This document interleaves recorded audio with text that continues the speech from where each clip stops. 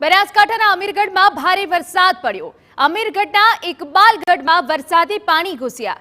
અનેક ઘરમાં વરસાદી પાણી ઘૂસ્યા છે, જેના કારણે ઘર વખરી પણ પલળી ગઈ છે। ઘૂંટણસમા પાણીમાં લોકો ચાલવા મજબૂર બન્યા છે। આપને દ્રશ્યો બતાવી રહ્યા છે અમીરગઢ ગામના। અમીરગઢમાં ઇકબાલગઢ કે જે સૌથી વધારે અસરગ્રસ્ત થયું છે ભારે વરસાદને પગલે।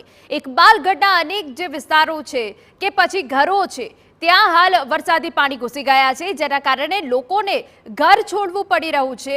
ઘર વખરી પલળી ગઈ છે। ઘૂંટણસમા પાણીમાં લોકો ચાલવા મજબૂર બન્યા છે, પરંતુ આખું જે ઇકબાલગઢ છે તે જળમગ્ન થઈ ગયું છે।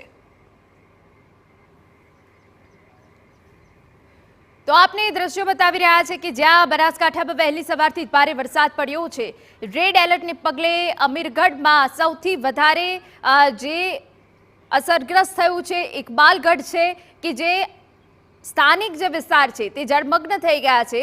અનેક ઘરોમાં વરસાદી પાણી ઘૂસ્યા છે। ઘર વખરી પલળી ગઈ છે। લોકો પોતાના ઘર છોડવા મજબૂર બની ગયા છે। ઘૂંટણસમા પાણીમાં લોકો ચાલવા મજબૂર બન્યા હોવાની હાલ તો વિગતો મળી રહી છે, પરંતુ વરસાદ બનાસકાંઠા માટે કહેર બનીને વરસી રહ્યો છે।